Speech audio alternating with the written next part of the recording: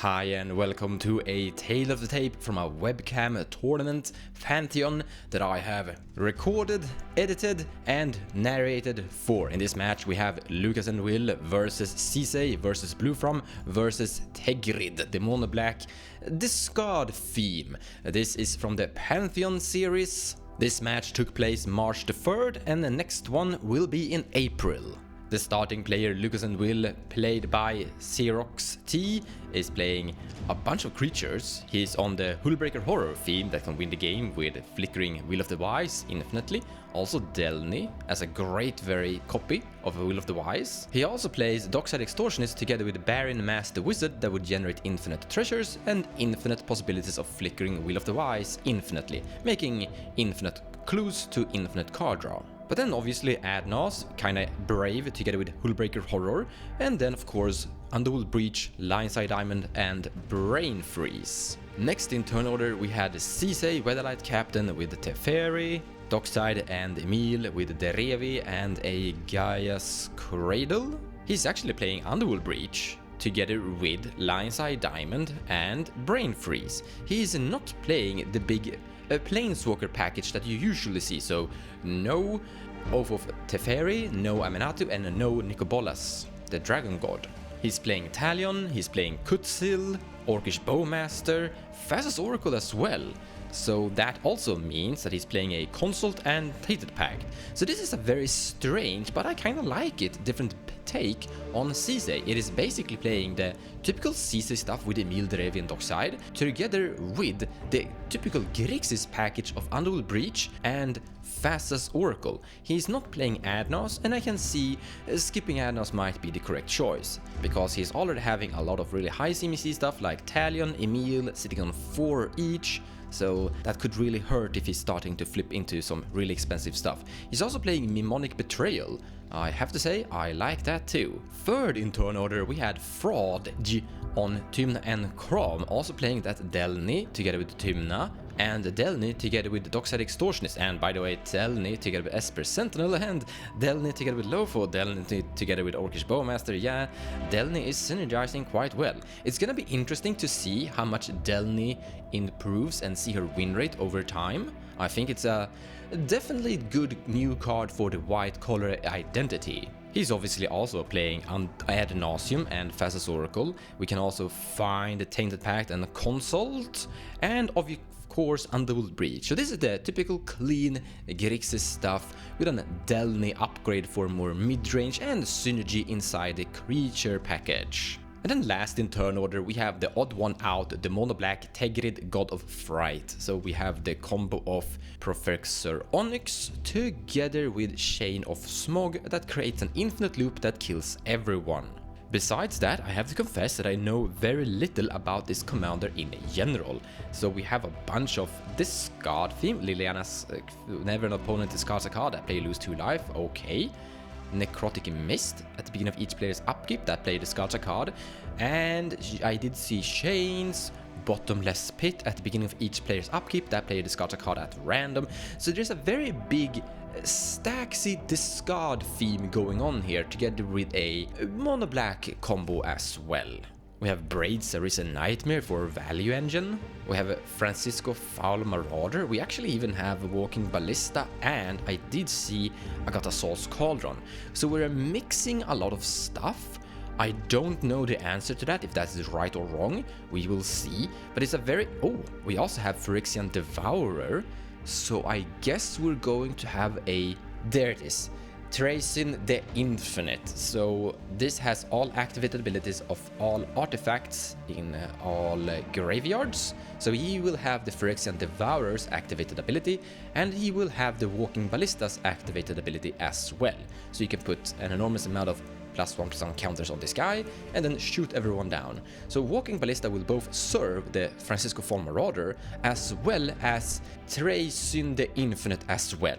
And with that, let's start the match. So people are shuffling. For all of you who are planning to participate in tournaments, the Xerox, Lucas and Will player is actually doing something very important. If you look here, he is using his life total to showcase what the card count he is currently mulliganing down to. This is to make sure that there's no misunderstanding on how many cards he should keep once he is finally keeping his hand. So no one can accidentally say you should be down to 4 when he is actually on 5, as you can see here. Pro tip. And with this, everyone is good to start. Lucas will place a land, and then he passes the turn. Sisay plays a misty rainforest, finds a tropical island with it, plays a delighted halfling and then passes the turn. The Tymna Kraum player plays a marsh flats and passes the turn to the mono-black Tergrid, who plays a mana crypt and a swamp. But in response to the mana crypt for a potential opposition agent, the Tymna Kraum player is searching for an underground sea. Post search, the mono-black Tergrid plays Dark Confidant and pass. And we have a Draenite Magistrate from the Lucas and Will player. Sisay cracks a Wooded Foothills, searching her library, finding Savannah, and then plays a Kinnan, and then passes the turn. Tymna Kraum is playing a Plateau and a Lofo, the Corrupted Sheriff, and then passes the turn. Mana Crypt trigger, Dark Confidant, losing 3 life to the Mana Crypt, but no life to the Dark Confidant, and then drawing a card for turn. He plays a Cabal Pit as a land drop. This is a very good spot removal land once he has Threshold 7 cards or more inside his graveyard. He casts Buried Alive. This allows him to search his library for any 3 different creature cards and put them into his graveyard, like a big version of Entomb, except it's only creatures this time. He finds a Myr, Pillapalla, and I think that's an Orcish Bowmaster. And then he casts Reanimate. This is triggering Lofo, creating a treasure and losing a life. And he brings back the black creature, but I actually don't know really what it is.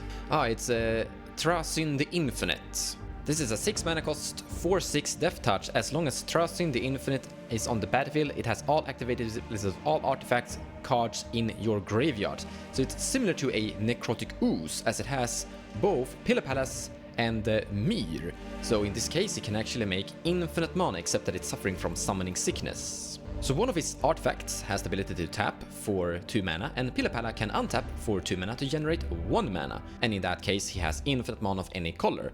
He can't cast Commander because of the Draenite Magistrate, but he still has a potential of infinite mana next turn. Definitely a form of winning attempt from the mono-black player. From here the turn is passed, and we're on turn 3 for Will and Lucas. He casts Enlightened Tutor, searching his library for an enchantment, finding Mystic Remora. This is a reprint with a little bit of a different strange card art. The Remora goes on top and he draws it for the turn, and obviously follows up casting it. This is triggering Lofo, creating a secondary treasure. Turn goes to Sisay, who untaps and draws a card for turn. Land drop. And after that, she actually just passes the turn to the Tymna and Kraum blue farm player. Draenite Magistrate putting on some work against that anti-commander tech. We're playing a Mana Vault, using 1 treasure, and casting a Dockside Extortionist. And because of Lofo, he actually creates a secondary treasure. He generates a total of 3 treasures from the Dockside Extortionist trigger. But then he passes the turn, no damage from the Mana Crypt, Dark Confidant flip into a Walking Ballista. And yeah, there you actually have it. He plays a land drop, and as Walking Ballista has a very interesting ability, you can put counters on itself and you can remove counters to deal damage. And all you need to do is basically just cast it for 0, sending it to the graveyard. Or he could just generate infinite mana here right and now and potentially win the game. So he casts the Walking Ballista. Lots of passing, but now we're tapping Mana Vault and consuming a few treasures, a total of 2 of them, and Adnos, in response to the Walking Ballista on stack. Mr. Remora draws a card because of Adnos. In response to Adnos, we're casting Sheoldred's Edict, making Draenite being sacrificed. Each opponent sacrifices a non-token creature. This is also sacrificing Dockside Extortionist and Delighted Halfling. Then we're starting to flip Adnos. Delny, Phasa's Oracle, Mana Crypt, Red Elemental Blast, Silence, Phyrexian Metamorph, Pact of Negation. Does not actually help anymore. He's down to 9 life remaining.